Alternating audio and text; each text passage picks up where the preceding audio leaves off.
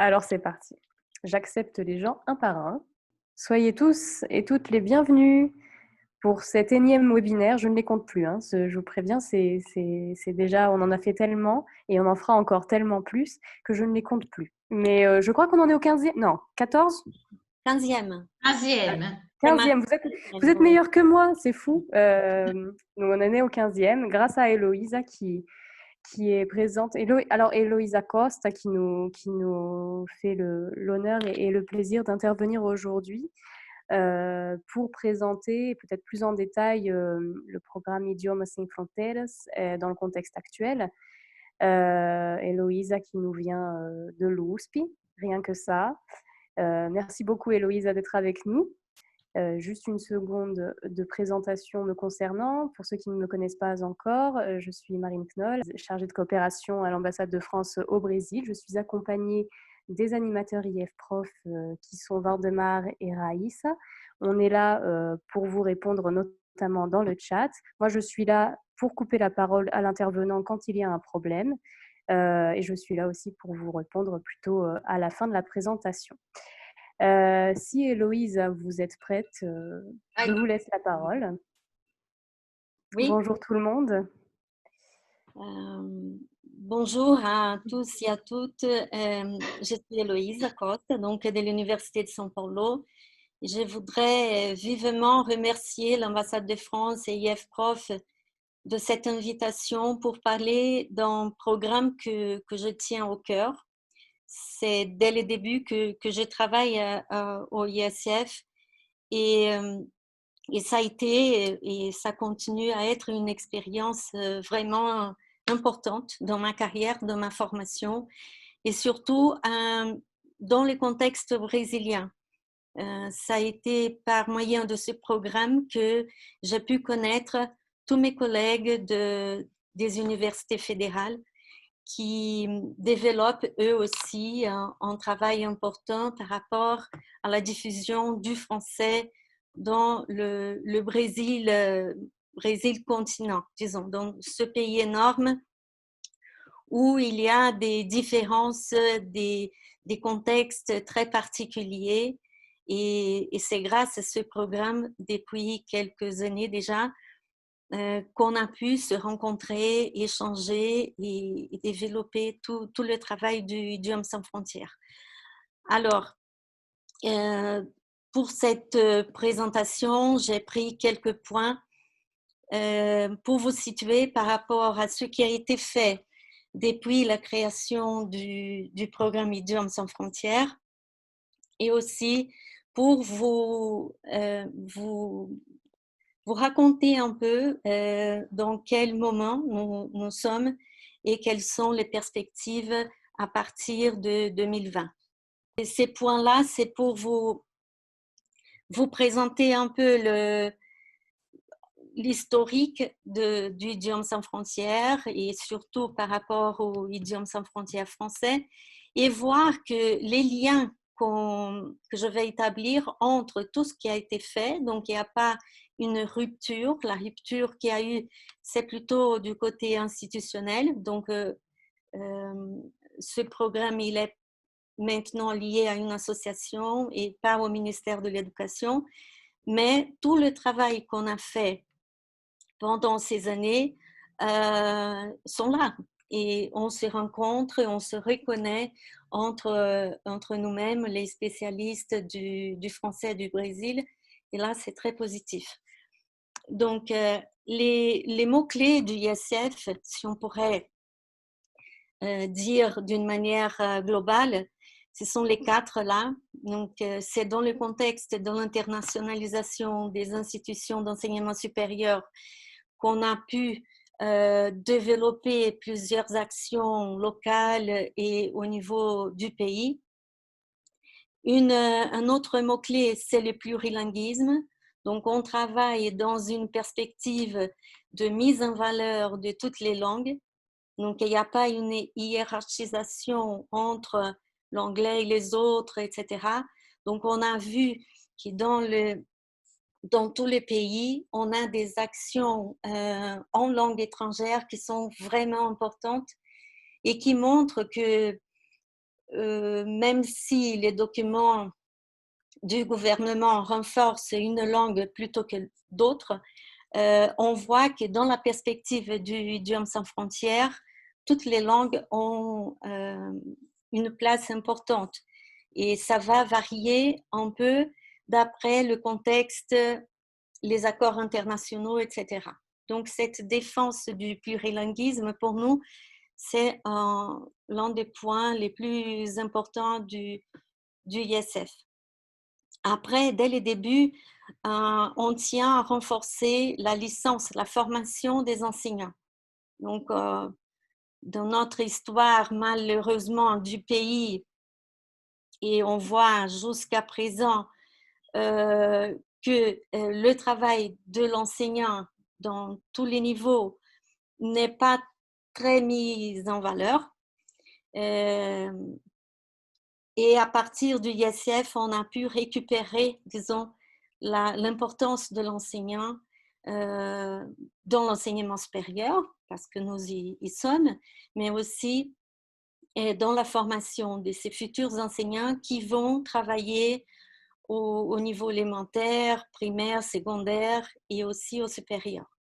Donc, les départements des langues étrangères, au département de français, d'anglais, espagnol, etc., à partir de tout ce qu'on a fait au ISF ont été mis en valeur. C'est-à-dire que cela est important pour la défense de la formation en lettres dans tous les continents, dans tous le pays.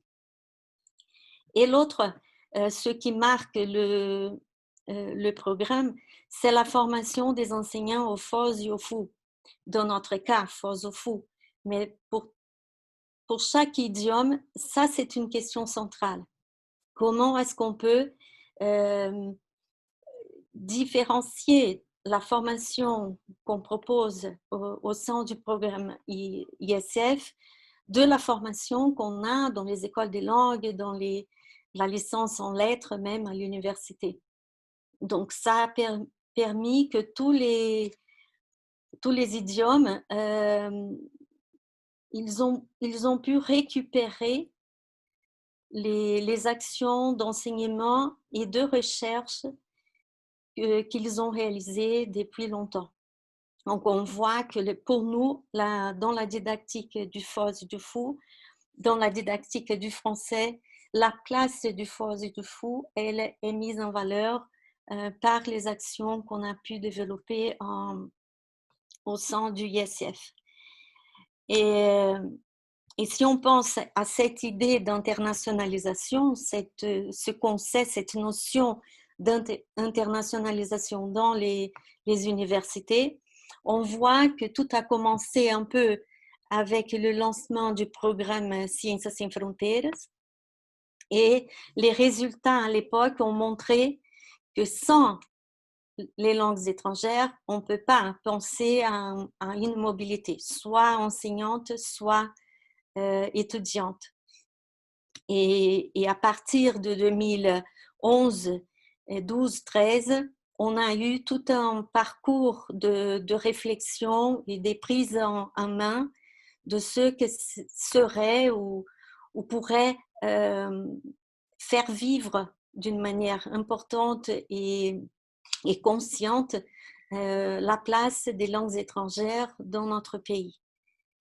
Au début, ça a commencé avec l'anglais. Donc, le programme principal en 2013, c'était Anglais sans frontières. Mais à partir de l'articulation de la présidente du programme, Denise Abreu Lima, et d'autres spécialistes du domaine des langues étrangères au sein du ministère de l'Éducation, l'idée de renforcer l'anglais, elle a été partagée, disons, avec l'idée de faire d'une intention positive et importante vers le plurilinguisme. Et donc, en 2014, les réunions avec les représentants des idiomes, donc des 7 idiomes qui sont là, ont commencé à se mettre en place. Et en 2016, ce terme-là, Idiomes sans frontières, a été créé. Donc, depuis 2016, on travaille tous ensemble, donc les 7 idiomes, pour la diffusion des langues et des modèles ou des modalités plutôt d'internationalisation et d'une manière un peu large, ce concept d'internationalisation, il a été développé vers la mobilité étudiante et enseignante, mais aussi au sein de l'université, parce qu'on a d'autres actions qui peuvent se raccrocher à ce terme. Alors, la première chose qu'on a fait, une demande qui nous a été faite, c'est voir quel est l'état des lieux des accords internationaux entre les IS et les institutions brésiliennes et celles étrangères. Donc, pour penser l'internationalisation au sein du milieu académique, il a fallu connaître les accords. Donc, quelles sont les disciplines, les champs disciplinaires où l'internationalisation, elle a une place importante. Et aussi, il y a eu tout un mouvement pour la mise en place de nouveaux accords. Donc, et d'une manière générale, je pourrais dire, l'internationalisation, elle a un double sens.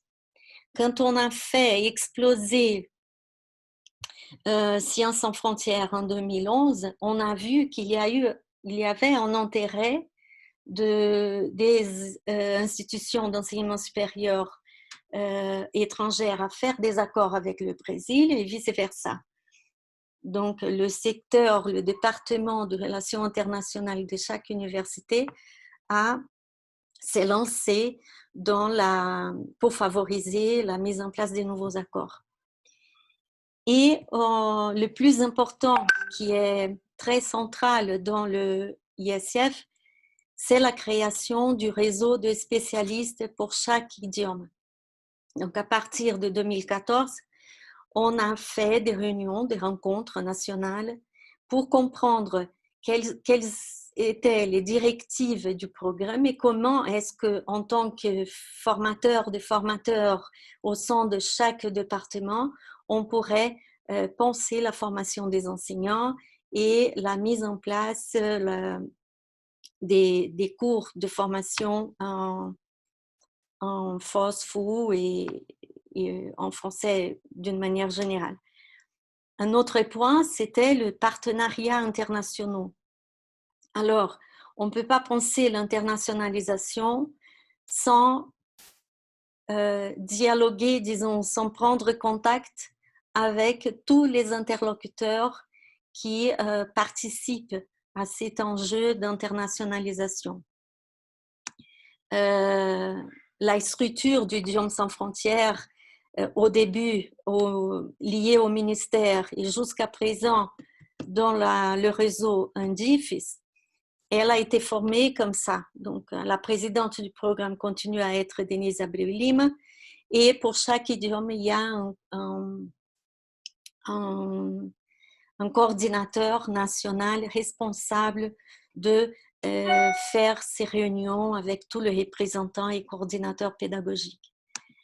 Par rapport au français, on avait, depuis les débuts, et ça c'est une image que j'aime beaucoup parce que ça montre l'étendue du programme et comment chaque État, chaque ville, chaque université a réagi avec cette proposition très positive. Dans tout le Brésil, on a rassemblé 39 universités fédérales. Ça veut dire qu'au sein de chaque université, on avait un coordinateur responsable pour la mise en place, pour la réalisation, disons, des actions du programme Idiomes sans frontières. Et donc, on a réuni pour chaque université un coordinateur pédagogique qui avait comme objectif former ses enseignants, donc les étudiants de la licence en français, pour qu'eux-mêmes, ils seraient capables d'offrir des modules de fou. On disait à l'époque de fou. Et pour cela, on a compté sur la possibilité d'établir des partenariats avec les interlocuteurs du français dans le pays. Donc, l'ambassade de France, l'agence universitaire de la francophonie, le consulat de la Belgique et après Languages Canada. Je vais souligner le partenariat qu'on a eu avec l'ambassade de France, avec le programme des lecteurs. Ce programme a été proposé et accepté par plus de 10 universités fédérales dans tous les pays. Et les coordinateurs pédagogiques qui accueillaient ces lecteurs ont développé un travail de formation et un travail d'équipe avec ces lecteurs. Donc, ils ont pu dynamiser d'une manière importante et effective ce que le lecteur pourrait ajouter comme en tant que travail collaboratif même à la mise en place des modules ISF. Ces programmes, ils continuent à être mis en place. Il a des configurations de paramètres un peu spéciaux. Donc, ce n'est pas pour toutes les universités et c'est difficile il y a une articulation importante qui, à mon avis, doit être faite par l'ambassade de France, les responsables de relations internationales de chaque université et aussi les coordinateurs pédagogiques. Dans mon université, par exemple, ça a été difficile d'accueillir un lecteur parce qu'il y a eu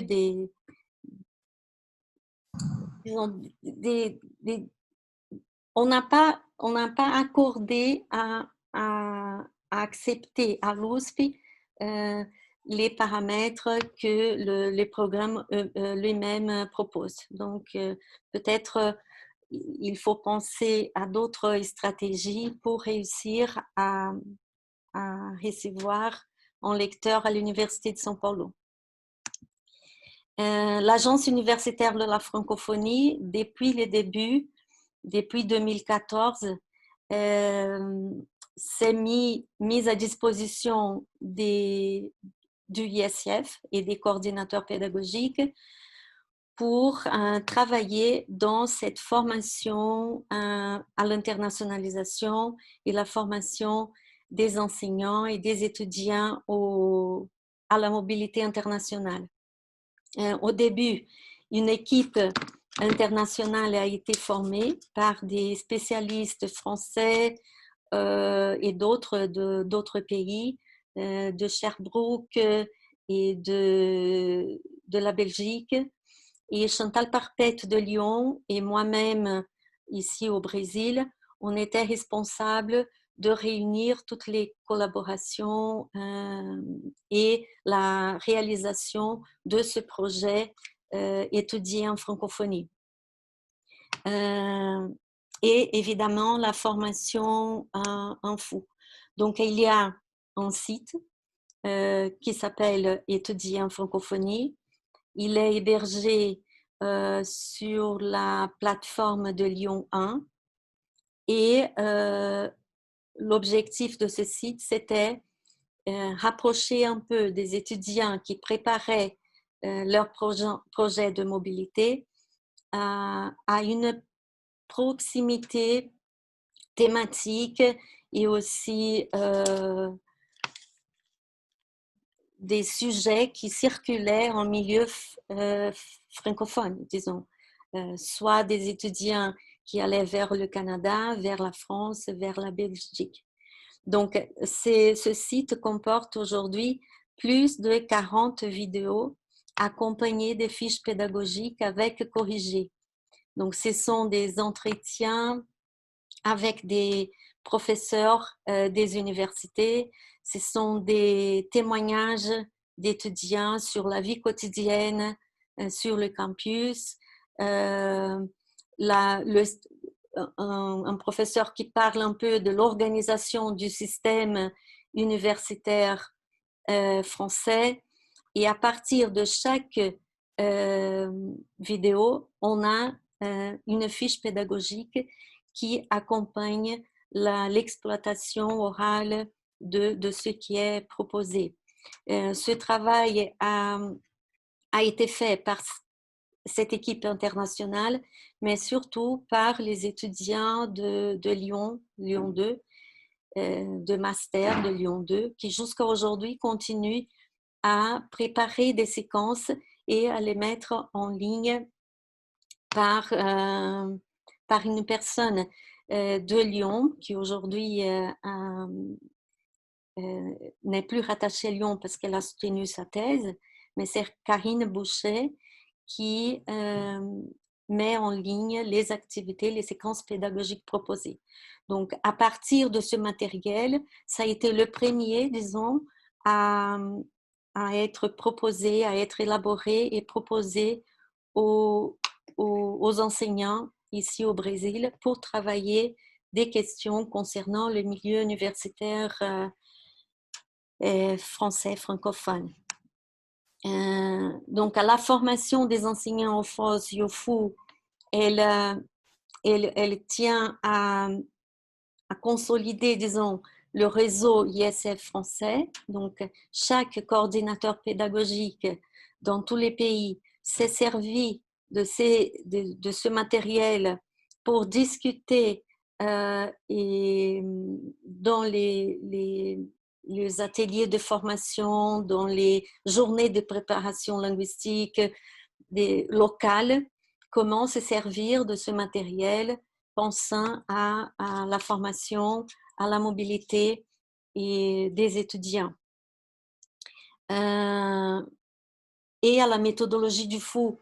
Ça a été intéressant parce que le FOS au Brésil, il a eu une importance grande dans les alliances françaises, à une époque où on avait des entreprises françaises comme Renault qui s'installaient au Brésil. À Curitiba, par exemple, on avait des cours et des formations FOS au sein des alliances françaises pour voir comment est-ce qu'on pouvait préparer les enseignants à donner des cours de FOS. Le FOU est plus récent et une question qui était présente tout le temps, c'est comment est-ce qu'on pouvait différencier le français général et le français sur objectif spécifique ou universitaire. Et dans toutes les rencontres, cette question, elle apparaissait et au fur et à mesure qu'on s'impliquait dans l'élaboration des modules et des cours du ISF, on s'est rendu compte qu'il y avait, disons, dans notre contexte, qui est un contexte particulier de préparation à la mobilité, donc nous ne sommes pas sur place, en France ou ailleurs, nous préparons les étudiants à un univers, à un contexte qui est complètement différent, soit du point de vue institutionnel, le système universitaire est différent, la vie quotidienne sur le campus, elle est différente. Donc, on a vu qu'il y avait un passage, disons, du français général sur quoi on s'appuie depuis toujours pour la formation en français dans les universités, vers quelque chose de plus spécifique. Donc, il y avait des gens qui posaient toujours la question, quelles sont les différences entre le français général et le français sur objectif spécifique? Comment est-ce qu'on peut, est-ce que la progression, elle est la même? Est-ce qu'on peut composer des modules d'après les nécessités, les besoins locaux? Comment est-ce qu'on peut comprendre cette branche, disons, de la didactique sur place, tout en tenant en compte nos réalités, nos contextes spécifiques. Et on s'est rendu compte qu'on avait une forte demande de français débutants, donc un niveau A1, et on pouvait aller vers le fou si on avait le public spécifique pour cela. C'est-à-dire la demande forte pour un niveau A1 qui ne se ferait plus dans le modèle du français général des méthodes, mais qui pourrait attirer, disons, l'attention de cet étudiant qui a un projet de mobilité vers une formation plus spécifique. Donc, on disait se présenter en contexte universitaire au lieu de se présenter d'une manière globale comme on voit dans les manuels de français. Et à partir de là, l'élaboration des modules, elle avait comme objectif laisser d'une manière très claire les objectifs de chaque programme. Et à partir de là, on a commencé à faire des formations toujours appuyées par l'AUF dans quelques États du Brésil. Donc à l'Université fédérale de Pelotas, à l'Université fédérale de Rio Grande do Sul, à l'Université fédérale de Minas Gerais. Donc moi-même, je me déplaçais pour discuter de cet enjeu entre français général, fou et fausse, et comment est-ce qu'on peut le matérialiser de manière formative. Donc, ces types de fiches pédagogiques ont été suggérés aux responsables, aux coordinateurs pédagogiques locaux pour le travail de formation des enseignants pour qu'ils puissent assurer les modules fous. Donc là, vous voyez un exemple, la vie associative et l'emploi de temps à l'université.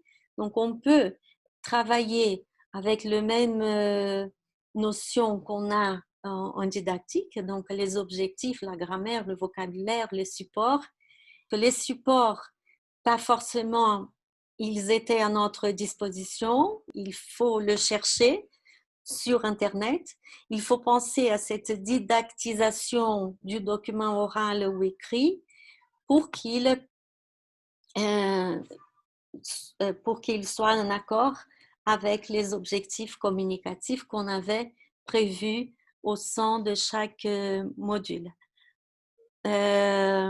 L'expérience que j'ai très proche de moi, concerne l'exposé à la française.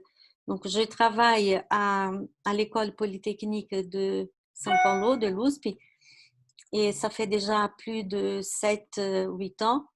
Et le programme que j'ai avec eux, c'est formation en fou pour les ingénieurs. Et quand j'ai un groupe de B1, et donc ils se préparent pendant quelques semaines pour faire un exposé dans chaque filière. Donc les étudiants de génie civil choisissent un sujet pour un exposé sur le génie civil et ainsi de suite pour les autres filières. Et quand je leur pose la question, est-ce que c'est la première fois que vous faites un exposé comme ça? Ils disent oui. Ça m'étonne un peu parce qu'à l'université, ça devrait être une habitude, faire des exposés, mais ils aiment beaucoup faire ça. Et on fait tout un travail de soit la forme, soit à l'attitude devant le public, aux interlocuteurs et aussi au contenu qu'il propose comme sujet d'exposer. Donc, c'est un travail très intéressant. Et une autre question qui apparaît et qui est présente dans les formations, c'est qu'est-ce qu'on enseigne en fou? Le fou, c'est le fou thématique.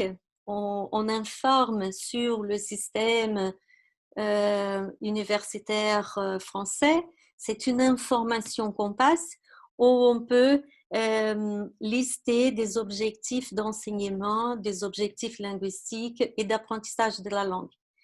Et quand on fait ce travail avec ces fiches, on voit exactement cette évidence qu'on on enseigne le français, on enseigne la langue. Et ça dépend des objectifs qu'on a, des besoins identifiés, des supports qu'on choisisse, qu'on va faire apprendre le français. Donc, une chose qui est importante, c'est que les étudiants, quand ils arrivent chez moi, par exemple, dans mon groupe à la Poly, ils sont issus de formations de français général. Et quand ils voient ce genre de propositions, ils disent « Ah, mais je ne m'attendais pas à ça. » Et ça, c'est intéressant parce que je peux mobiliser mes propres savoirs en tant que spécialiste dans le domaine et le faire en français. Donc, il y a une mobilisation des compétences qui passe par le linguistique, par le méthodologique et par le disciplinaire, parce qu'ils vont traiter des sujets de leur propre domaine.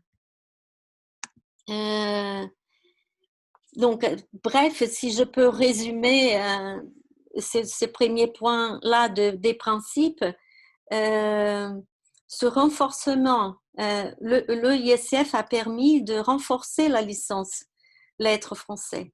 Donc, les étudiants qui cherchaient le français pour la littérature, qui est très bien, mais qui cherchaient aussi pour la langue, n'arrivaient pas à penser que leur formation pourrait être liée à des formations spécifiques dans un contexte professionnel, comme enseigner le français de relations internationales aux fonctionnaires des universités et aussi aux étudiants qui aimeraient partir en mobilité. Alors, qu'est-ce qui s'est passé cette année? Donc, tout le monde est au courant, il y a eu des changements politiques importants au Brésil et le ministère de l'Éducation a voulu créer son propre programme d'internationalisation. Malheureusement, ce programme, on ne le connaît pas jusqu'à présent. On n'a plus de ministre d'éducation. Et alors, pour ne pas laisser tout ce qui a été fait au vent, c'est-à-dire disperser tout le monde, Denise Abreu-Lima et d'autres responsables du ISF au ministère ont décidé de chercher les recteurs. Donc, cette association, c'est l'association des recteurs des universités fédérales du Brésil. Et donc, ils ont soumis un programme de formation. Je dirais, à la fois, c'est la suite de ce qu'on avait fait jusqu'à présent, parce qu'on attaque, on est très convaincu que c'est la formation des enseignants qui mobilise toutes les actions autour du français. Et donc, ils ont proposé à UNDIFIS de ne plus rattacher ISF au ministère de l'Éducation et le rattacher à UNDIFIS, donc cette association des recteurs.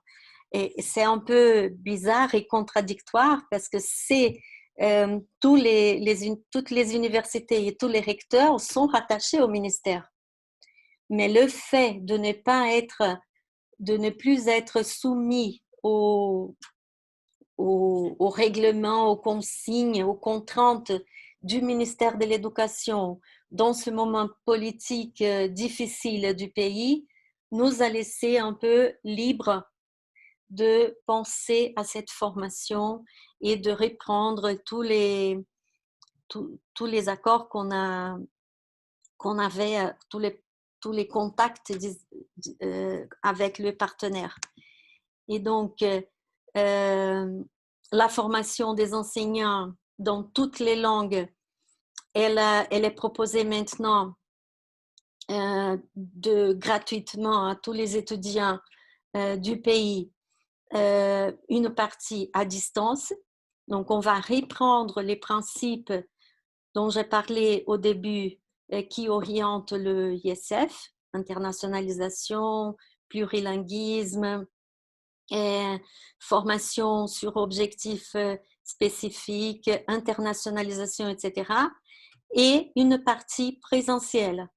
Cette partie à distance, elle est constituée par des disciplines. Donc, on va héberger ce cours dans quelques universités du Brésil. Donc,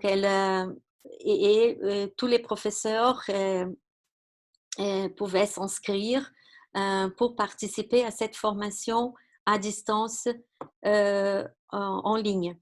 Et la partie présentielle, c'est une partie locale, c'est-à-dire un étudiant de l'Université fédérale de Uberlândia qui commence à faire cette formation à distance. À un moment donné, il va voir quels sont les cours qu'il peut proposer au sein de l'Université fédérale d'Uberlândia. Et le coordinateur pédagogique local va l'accompagner dans la constitution du groupe, dans l'élaboration du programme et l'offre du module. Une autre différence importante, c'est que on continue à faire appel aux candidatures des universités, c'est-à-dire il n'y a pas une obligation d'être membre du réseau ISF. Les universités, elles candidatent, donc elles disent « moi, je veux faire partie de ce réseau ». Et ils montent un dossier de candidature et ce dossier est analysé, évalué par une équipe de spécialistes du programme. Et de la part des coordinateurs et spécialistes de chaque idiome, on n'est plus lié à une obligation du ministère, c'est plutôt individuel. Donc, moi, par exemple, l'Université de São Paulo, elle n'est pas membre de l'ANDIFES parce que je suis une université d'État. Et mon université, en ce moment, elle ne fait plus partie du ISF. Mais moi, en tant que spécialiste, professeur-chercheur, etc., je peux candidater. Je peux faire partie de ce réseau en tant que spécialiste et professeur-docteur. Et ma contribution peut être dans l'élaboration d'un contenu d'une discipline, ça peut être dans une recherche sur comment est l'internationalisation des universités au Brésil, etc.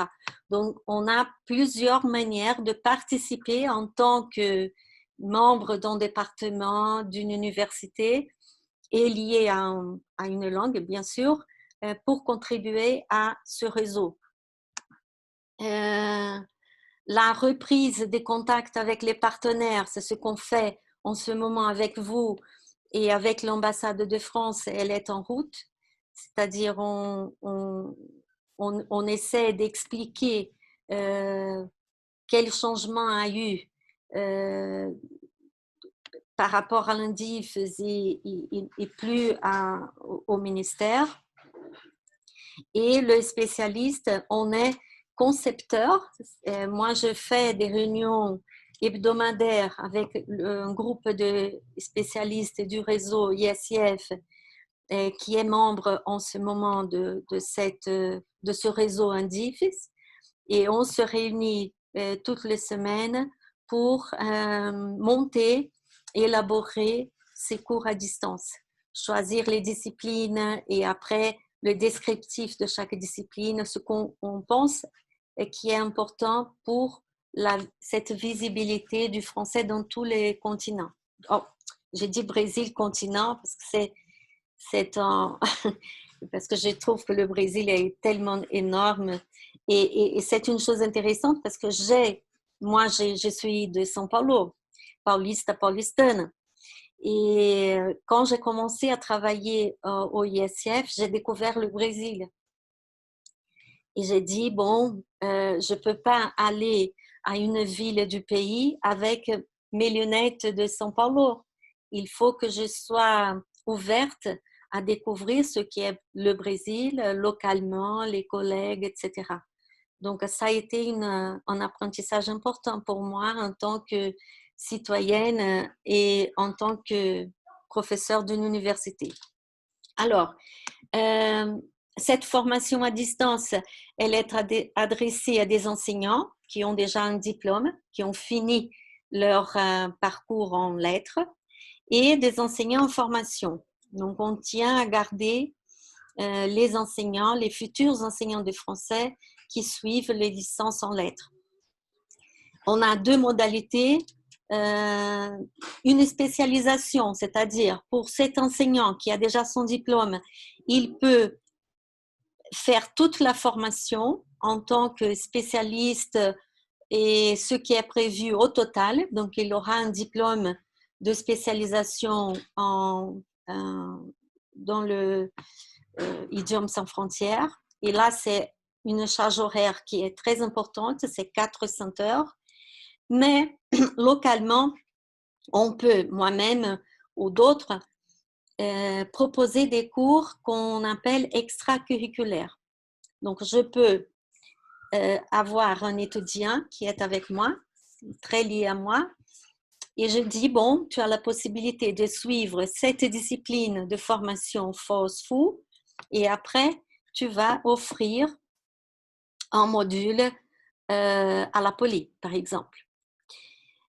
Donc, ces deux modalités sont importantes pour comprendre que ce n'est pas un cours adressé à ceux qui sont déjà dans le marché, mais non, c'est rattraper un peu les étudiants de la licence qui ne savent pas bien quoi faire et on dit venez avec nous et on va vous former pour travailler dans cette branche de FOSFU.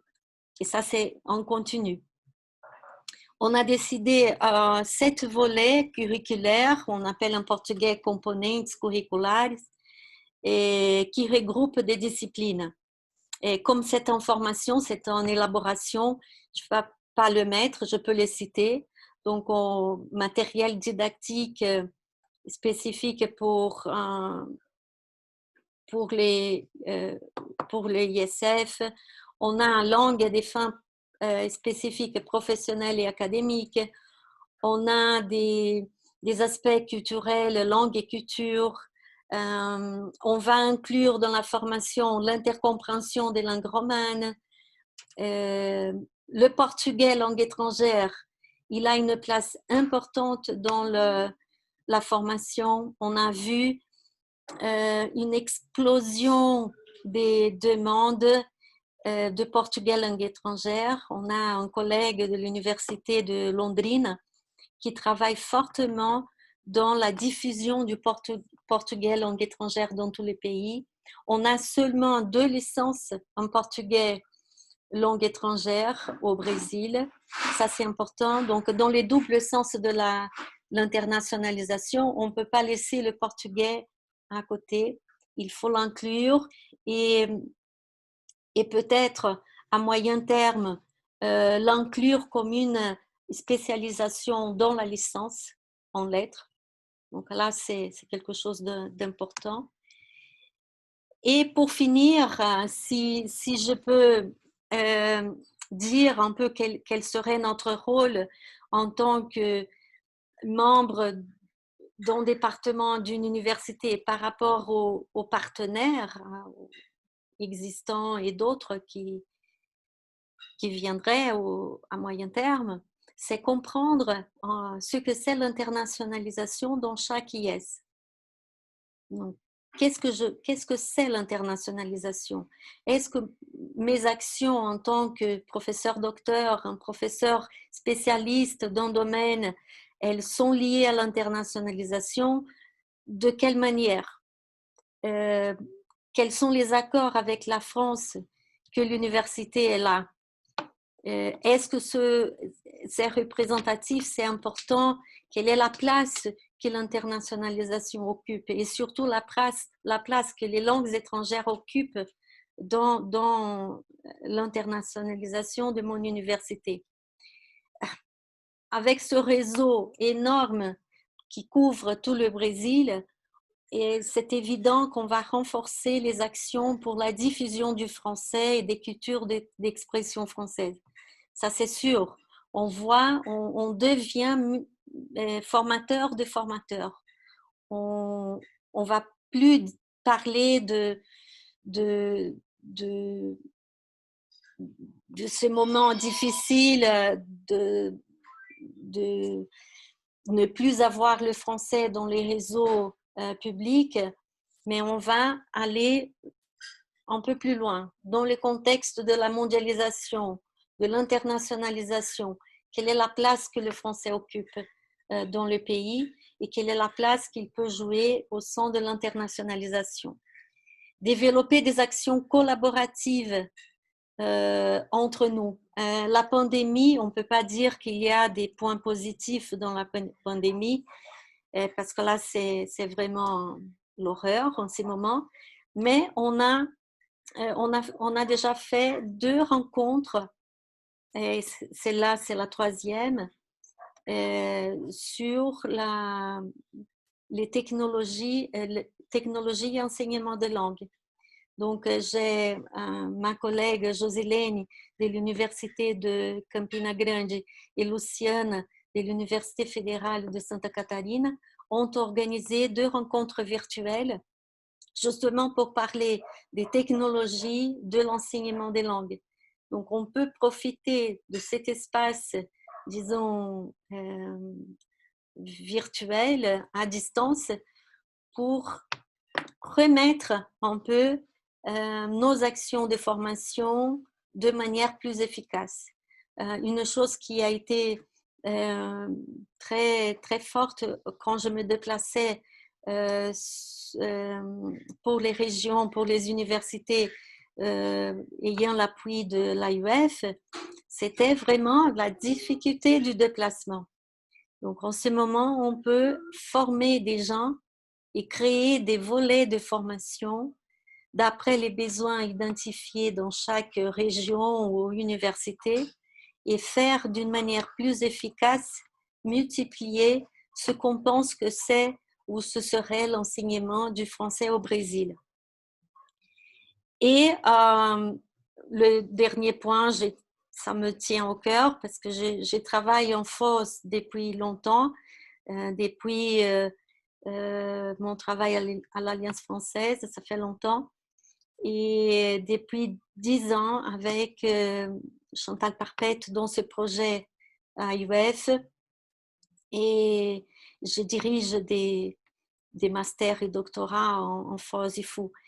Et ça, c'est vraiment inédit au Brésil. Donc, tout le travail qu'on peut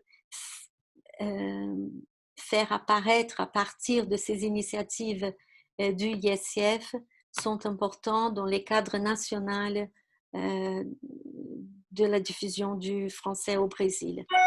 On pourrait, dès que la formation UNDIFIS elle soit plus avancée, on pourrait la présenter, la diffuser d'une manière plus précise.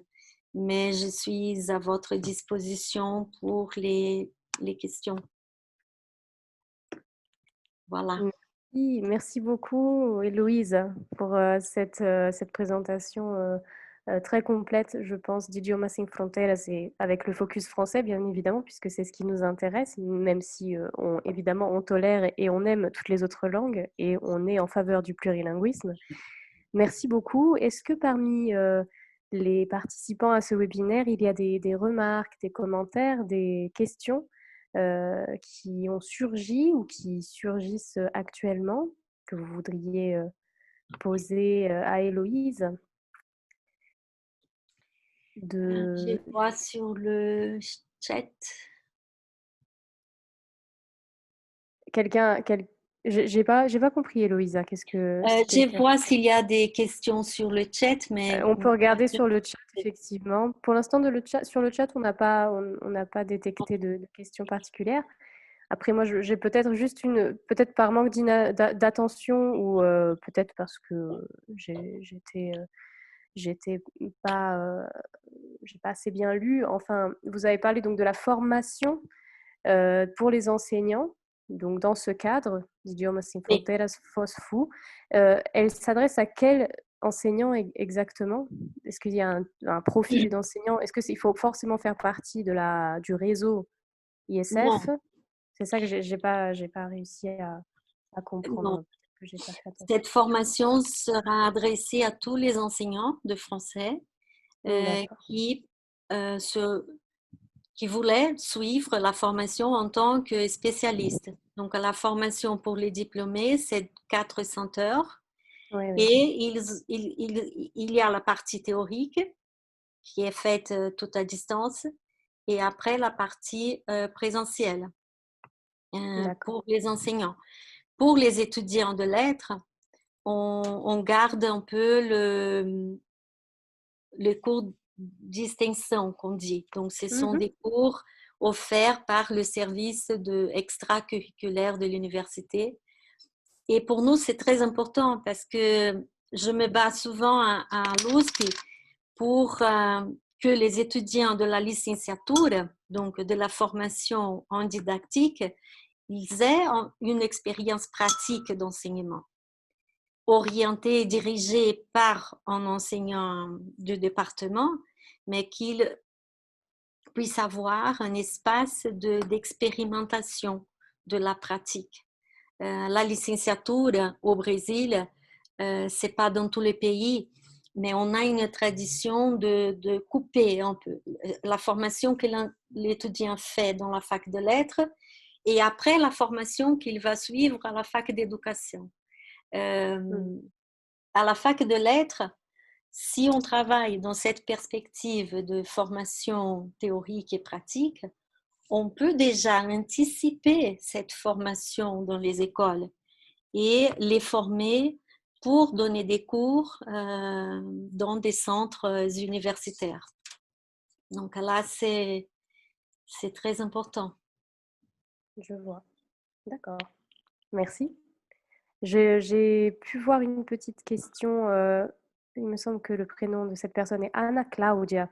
Elle vous demande quelles sont les universités à Rio qui font partie de ce réseau.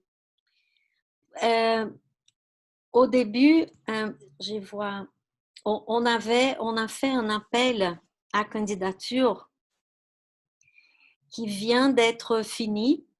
Et il me semble qu'il y a l'Université fédérale du Rio de Janeiro. Je n'ai pas toute la liste d'universités. Juste un moment. Je peux la récupérer ici dans mon portable. Mais ces appels à candidature, ils seront continus. On a fait un premier appel dans ce nouveau format réseau Indifis. On a validé des candidatures qui avaient répondu à toutes les consignes, les critères. Et après, il y aura un autre appel.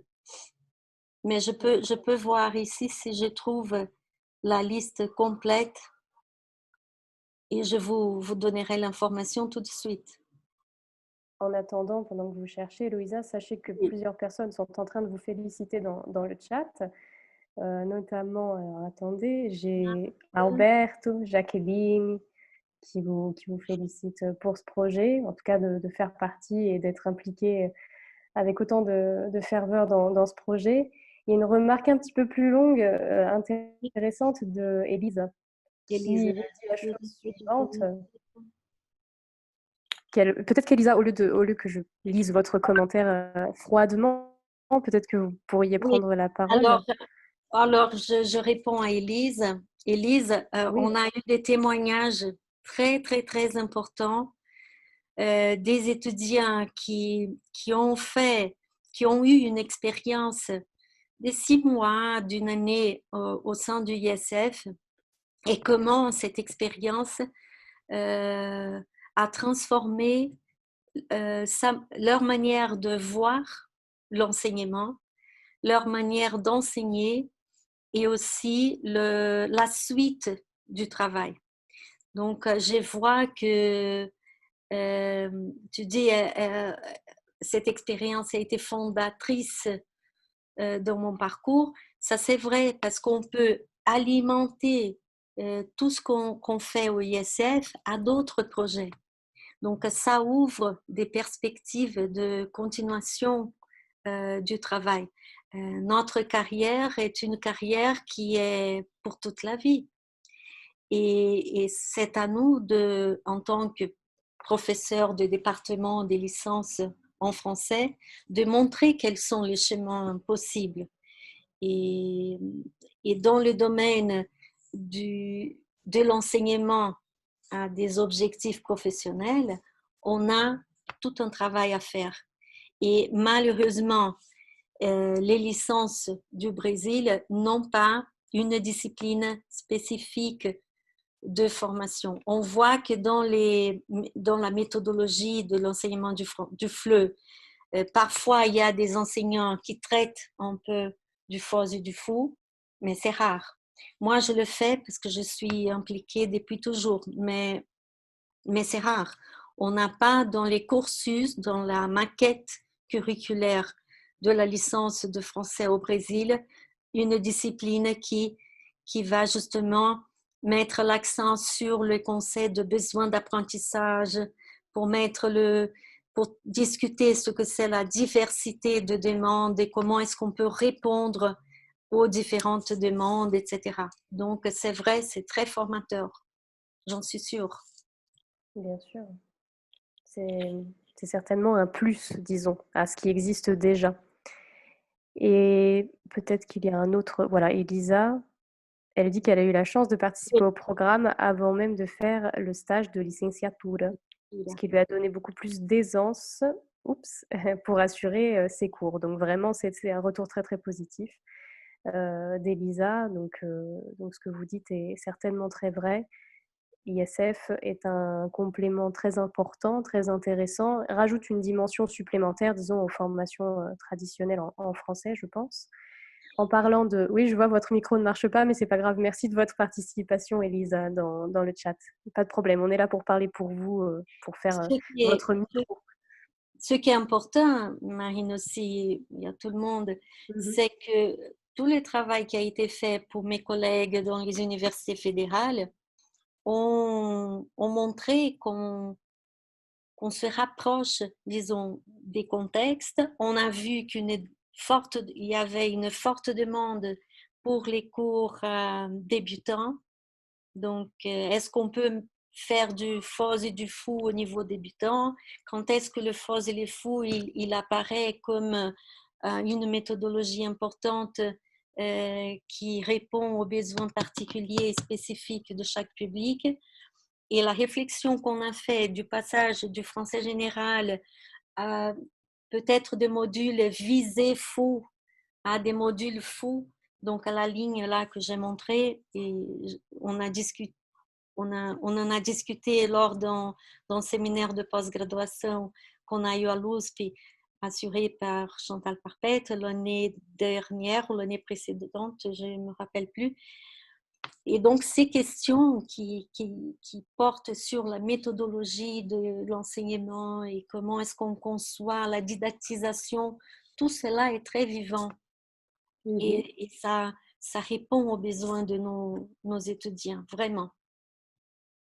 C'est bien, je pense que vous êtes le témoin principal vu que ça fait très longtemps que vous travaillez pour ISF, des besoins réels des étudiants et en quoi ça répond réellement à ces besoins, c'est certain. Cette question du FOSS et du FOU me fait penser que au mois d'août, pour ceux qui sont intéressés par ces questions, s'ils veulent un petit peu approfondir, au mois d'août, nous avons prévu un webinaire, la date n'est pas encore tout à fait arrêtée, un webinaire avec une intervenante de l'UFMG et une intervenante de l'Université technologique du Paraná sur ces questions-là, sur leur partage d'expérience et sur la mise en place voilà, de cours de fou et de FOSS dans leurs universités. Donc, si vous voulez approfondir un petit peu plus sur ces sujets, vous êtes tous et toutes les bienvenus à ce prochain webinaire. C'est pas tout de suite, mais au mois d'août, il est confirmé. Donc, restez connectés sur IFProf pour voir les prochains webinaires. Ça apparaîtra. Je ne sais pas s'il y a d'autres commentaires en rapport à cette présentation, d'autres questions éventuellement. N'hésitez pas, c'est le moment. Il me semble, bon, il y a des remerciements.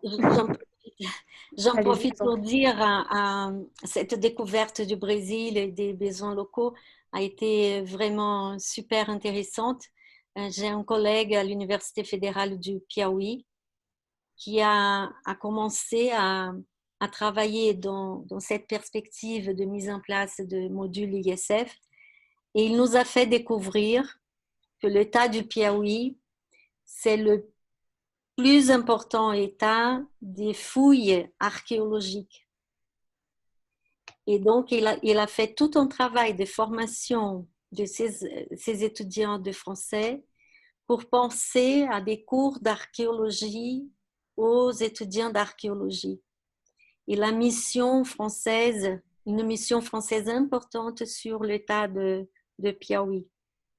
Donc, quand il nous a présenté ça, on dit, bon, mais voilà, c'est le pays, c'est le Brésil.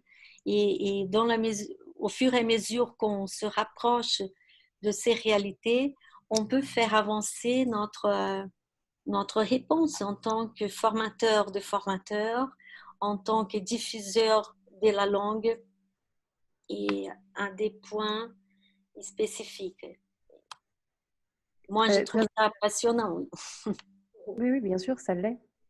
Il me semble qu'il y a une demande de la part de Joyce pour prendre la parole. Je ne sais pas si c'est un commentaire ou une question. Joyce. Bonjour à tous. Je n'ouvre pas mon caméra parce que je suis très, très fatiguée. Je viens de finir la classe du 3e cycle. Et j'aimerais donc juste collaborer à propos de ces programmes qui est beaucoup plus qu'un projet, n'est-ce pas, Héloïse? On est en train de parler d'un programme, je crois, qui ajoute beaucoup de projets.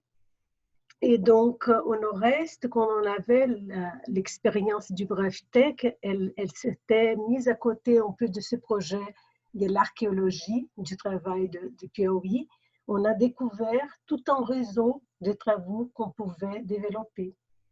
Pour répondre un peu à la question de la collègue là, à propos de Rio, maintenant que je suis à Rio, je suis en train de découvrir un espace pour la filière du fou. Donc, nous sommes en train de développer, même dans ces contextes difficiles de la pandémie, on met en cours une recherche. Et les fous a aussi un espace ici. Et au moment que l'édital soit ouvert, n'est-ce pas, Héloïse? Je vais m'inscrire à partir du nom de la Fédérale Fluminense pour collaborer à ce travail. Donc, Rio sera aussi dans ces grands programmes. Si nous avons déjà de façon institutionnelle la fédérale de Rio de Janeiro, le FRJ, on aura également la fédérale Fluminense. Merci Joyce pour ces informations complémentaires. Est-ce que Héloïse, vous avez eu le temps peut-être de trouver votre liste complète?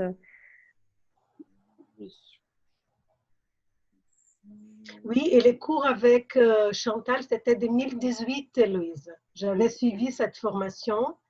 C'était septembre 2018.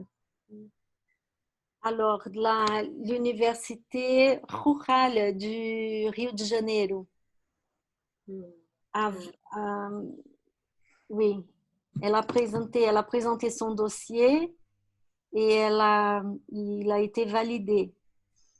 Et après les autres, il y a que ça. De Rio, que ça. Pour l'instant. Pour l'instant. Oui. Oui. D'accord. Bon, mais merci d'avoir répondu à la question. Ça restera pas pendente, c'est parfait. Merci beaucoup. Est-ce qu'il y avait peut-être un autre commentaire ou une autre question avant de nous quitter pour aujourd'hui? Profitez-en. Héloïsa est là, disponible. Oui. Elle ne l'est pas tout le temps. Je ne vois pas les personnes. Combien de personnes sont là? 37? En ce moment, oui, nous sommes 37. 37. Bon, écoutez, alors je vais dire à ces 36 personnes, puisque dans les 37, je suis incluse, à ces 36 personnes, un grand merci pour leur participation. Un grand merci une fois de plus à Héloïsa pour cette présentation. J'espère que comme pour moi, vous avez appris de nouvelles choses, que vous avez peut-être découvert aussi tout simplement le programme ou que vous avez pu en apprendre un petit peu plus. Sachez encore une fois qu'il y aura d'autres webinaires sur le sujet, notamment au mois d'août, que nous nous retrouvons comme toutes les semaines la semaine prochaine, mercredi 15h. Cette fois-ci, nous aurons la chance de compter sur la participation de Denise Damasco, la présidente de la Fédération brésilienne des professeurs de français, qui va nous parler un peu des enjeux des associations de profs de français. Donc, si ce sujet vous intéresse de près ou de loin, si vous êtes associé, si vous êtes membre ou si vous voulez l'être, ou si tout simplement ces sujets vous intéressent, vous êtes une fois de plus les bienvenus. Le lien va vous être envoyé puisque vous êtes membre IFProf et vous pouvez vous inscrire dès aujourd'hui, il me semble. Voilà. Merci beaucoup, Héloïsa. Merci à tous et à très bientôt. À très bientôt. Au revoir. Au revoir. Au revoir. Au revoir.